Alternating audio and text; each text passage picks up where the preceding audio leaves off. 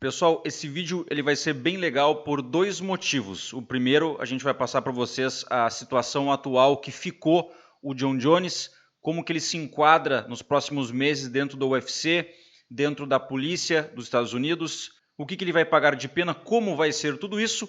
E depois, no final desse vídeo, eu vou contar para vocês, já pegando esse gancho aí, de se realmente a lei ela foi branda ou ela está junto com o Jon Jones pelo fato dele ser um atleta famoso ou não, se faz diferença nos Estados Unidos tu ser um desconhecido ou uma pessoa famosa. Eu vou contar uma história que eu tive em outro país, uma besteira que eu fiz e como eu paguei por esse erro. E isso eu vou deixar para o final do vídeo, beleza? Então fica até o final. Roda!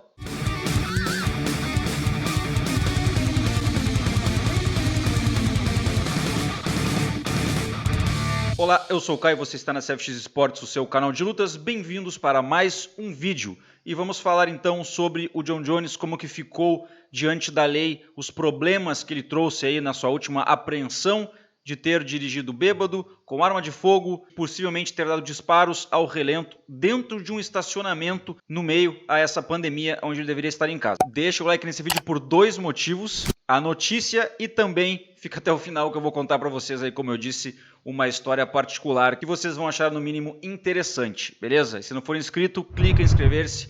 E principalmente, pessoal, depois que vocês se inscreveram, para todo mundo que já é inscrito, clica neste bendito sininho, faz isso agora, eu espero alguns segundos, e escolhe a opção todos. E aí vocês vão receber a notificação na hora que sair o vídeo, já pipoca no celular e vocês são os primeiros a assistir e não vão perder nenhum conteúdo. Então vamos começar falando qual foi a sentença completa que foi dada ao Jon Jones, depois de ter feito besteiras 6 vezes no período de 10 anos. Só isso nos Estados Unidos já era para ele estar preso há um bom tempo. E eu vou passar para vocês o que aconteceu com ele desta vez. Ele vai ficar com 1 ano de liberdade condicional supervisionada. Possivelmente não possa sair do país. Não sei exatamente como que lá a lei funciona com esta regra. 96 horas de prisão domiciliar, ou seja, 4 dias preso dentro de casa com uma tornozeleira, para que caso ele saia, a polícia saiba e ele seja apreendido novamente. Mas claro que 4 dias é pouca coisa, principalmente nesta época de vírus e tudo mais que está acontecendo, para ele não muda nada. 90 dias de reabilitação vai ser por vídeo, ele não vai poder fazer isso presencialmente, mas vai ser por vídeo, todos os dias vai ter uma videoconferência. 2 dias de serviço comunitário, 48 horas prestadas em algum lugar que ele possa vir a ajudar as pessoas necessitadas. Instalação de um bafômetro ou algum aparelho que consiga fazer essa medição se ele está com álcool ou não no sangue em todos os seus carros antes dele ligar o automóvel. Bacana essa parte. E agora o motivo do título que o Jon Jones ficou mal com a polícia desta vez, ficou por um fio literalmente, que na próxima vez que ele fizer qualquer besteira ele vai preso mesmo e acabou. E uma coisa que eu não gostei é que no final desse depoimento estava escrito que o Jon Jones ele tem circunstâncias excepcionais e que por isso ele teve aí, a lei foi branda com ele mais uma vez. Então isso prova basicamente que o Jon Jones sim é um cara que as pessoas nos Estados Unidos têm ali, passam a mão na cabeça dele, porque ele é um cara que vende, ele é um cara que tu bota ele para lutar em Las Vegas, ele vai lá e movimenta centenas de milhares de pessoas, e por isso foram brandos com ele mais uma vez. Ele vai ser tratado como qualquer outra pessoa na próxima vez que ele fizer besteira, e aí ele vai preso mesmo. O que isso acarreta dentro do UFC? Eu acho que dessa vez ficará muito estranho se o Jon Jones voltar a lutar em 5, 6 meses, eu acredito. Tendo em vista que nós temos o Blachowicz, que nós temos o Thiago Marreta, que nós temos o Dominick Reyes, eu acho que no mínimo deveriam fazer um cinturão interino, colocar esses caras para lutar. Não sei qual seria o casamento melhor, se seria Blachowicz contra Marreta, Dominick Reyes contra o Marreta ou contra o Blachowicz. Até vocês comentem aqui embaixo o que vocês acham que poderia ser feito em relação a isso. Não sei não se dessa vez, pelo menos, um cinturão interino deveria ser colocado em jogo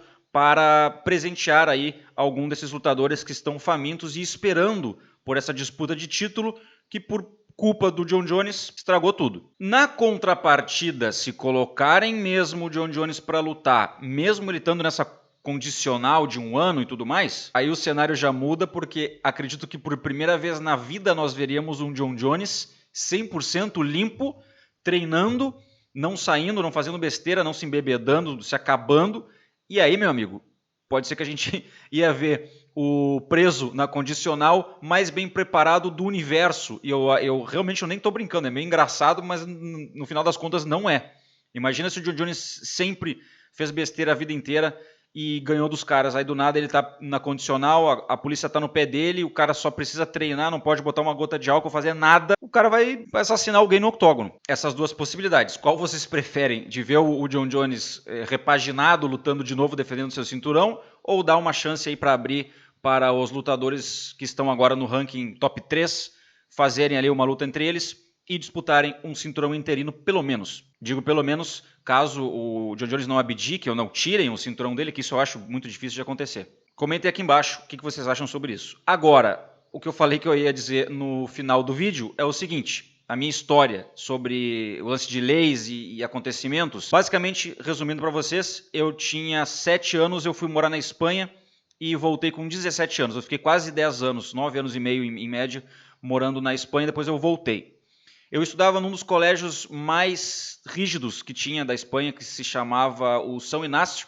Era um colégio de jesuíta, era de padres, e ele tinha turno integral. Eu saía às 7 da manhã de casa e eu voltava às 6 horas da tarde para casa. Eu almoçava no colégio, fazia tudo. Era realmente chato, muito rígido. E um dia, como bom brasileiro que eu era, se eu não me engano, eu era o segundo brasileiro, o primeiro ou segundo brasileiro do colégio inteiro, que tinha 1.200 alunos. Eu, como bom brasileiro BR zoeiro, eu peguei o meu telefone e fiz uma prank, eu fiz uma pegadinha de muito mau gosto. E lembrando que a Espanha ela é dividida em 4 províncias: Álava, Bilbao, Vizcaya e Guipúzcoa. Lembrando que Vizcaya é um lugar onde se encontrava o pior comando de terrorismo da Espanha, que é o Comando ETA. Não sei se vai pipocar alguém que saiba o que é euskera, que é um idioma de uma das províncias que elas quiseram se separar da Espanha, porque eles eram basicamente muito loucos, terroristas, queriam criar um pedaço da Espanha, tirar de lá e criar o próprio país deles com as próprias regras. Enfim, é um comando terrorista que amedrontaria qualquer um no mundo inteiro. Não vai achando você que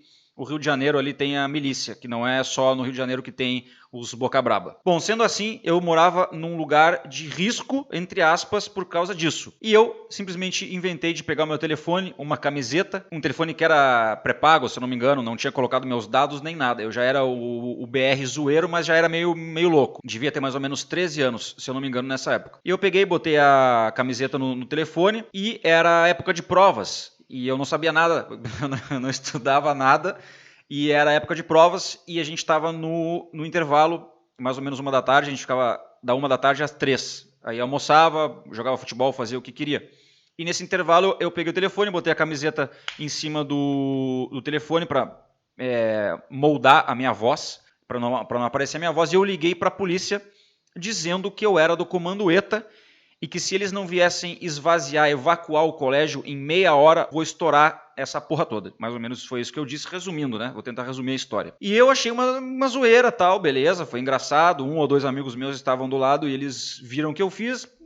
Passaram-se 10, 15 minutos, não aconteceu nada. E não é que mais ou menos uns 20 minutos depois, 15, eu ouço ao redor do colégio carros derrapando e o barulho de sirene da polícia, que lá, nesse lugar, se chama Ertzaintza. É uma polícia meio hardcore. Eles levam a sério quando se fala de atentado terrorista do Comando ETA. E, cara, os caras entraram no colégio com 2 carros, pegaram a diretora, o diretor, eles pegaram o megafone, juntaram todo mundo e mandaram evacuar. Lembrando que na Espanha se fazia o teste, se fazia como se fosse treinamento antibomba, que era o quê? Eventualmente, a cada semana, tocava uma sirene dentro do colégio e todo mundo de todas as classes tinha mais ou menos 3 minutos ou 4 para todo mundo descer e todo mundo ficar no campo de futebol, que era enorme, e tudo em fila, mais ou menos umas 1.000 pessoas, 1.000 e poucas pessoas, como eu falei.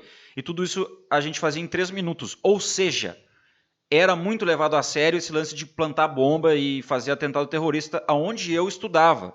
Não era que nem aqui que eu vou ligar lá, a professora vai dar risada. Lá era bizarro, inclusive tinha treinamentos para isso. Cara, enfim, evacuaram, alguém disse que fui eu, alguém deve ter me caguetado que estava na minha roda de amigos, e o colégio foi evacuado, ficou um dia sem aula, depois eles viram que não tinha nada, tal, ok. Fui convidado a me retirar do colégio, depois eu fui para outro, fiquei mais alguns anos na Espanha, voltei para o Brasil e saiu a minha sentença. Agora eu quero falar em relação à lei, como ela é tratada, as pessoas normais são tratadas. Eu tinha mais ou menos uns 22 anos na época, 20, 21 anos, não lembro. Eu já morava no Brasil de novo. Eu tive que voltar para a Espanha, umas 2, 3 semanas, para eu cumprir uma pena comunitária, que eu já vou dizer para vocês o que eu tive que fazer. Durante 2 semanas, todos os dias, em turno integral, de manhã até no final da tarde. Eu tive que fazer isso 2 semanas, senão eu nunca mais poderia voltar para a Espanha, porque eles iam me podar. E eu voltei, claro, fiquei lá um tempo, mais ou menos um mês, acabei ficando mais um pouco para rever os amigos e tudo. E eu tinha que acordar às 6 e pouca da manhã, com menos 5 graus, era inverno, mais ou menos menos 5. Eu tive que ir fazer trabalho comunitário na montanha, nos morros lá, tem bastante cordilheira, enfim, tem bastante montanha onde eu morava lá perto. E eu tinha que, junto com outras pessoas que já eram contratadas para fazer isso, era o trabalho delas, nós tínhamos que subir no pico do morro, onde era mais frio ainda, e limpar as canaletas naturais que eram feitas ao longo dos anos. Isso acontece que chove muito, criam-se canaletas naturais nos morros, e aí é por onde escorre naturalmente a água e não faz acontecer o deslizamento. Mas o que acontece ao longo de muitos anos também, paralelamente? Troca-se as folhas com as estações e acaba caindo um monte de dejeto, de sujeira, de galho, de folha, e acaba que obstrui essas canaletas naturais e acaba acontecendo o deslizamento. Como os países de primeiro mundo eles têm uma segurança muito maior com tudo, na Espanha, por exemplo, acontece isso. Existem pessoas que trabalham limpando canaletas naturais das montanhas. Exatamente isso que você ouviu. E é um trabalho muito braçal, bizarro, enxada, pá, e cara, hardcore. Não tem nada de divertido nisso. E eu tive que fazer isso durante 2 semanas, das 7 da manhã às 6 da tarde, corrido, para poder voltar para a Espanha apenas por eu ter feito uma ligação que não foi só uma ligação, né? Evacuamos um colégio, aconteceram coisas bizarras aí. Mas ninguém se machucou, não aconteceu nada demais. Fui convidado a me retirar do colégio e fui para outro. E essa aí é mais uma história de Rui BR em outros países. Eu sou BR, cara. Mas não faça isso. É uma história só para vocês ficarem na mente que a lei ela é severa, só é branda com quem é muito famoso. E mesmo assim, voltando ao Jon Jones, é a última vez que ele vai poder fazer besteira, senão a próxima é prisão. Espero que vocês tenham gostado do vídeo. Deixe seu like, comenta, se inscreve e principalmente depois de se inscrever ativa o sininho na opção todos. Não esquece, faz isso antes de sair deste vídeo, beleza? A gente se vê amanhã em mais um vídeo no canal da CFX Esportes, o seu canal de lutas. Um grande abraço, fui!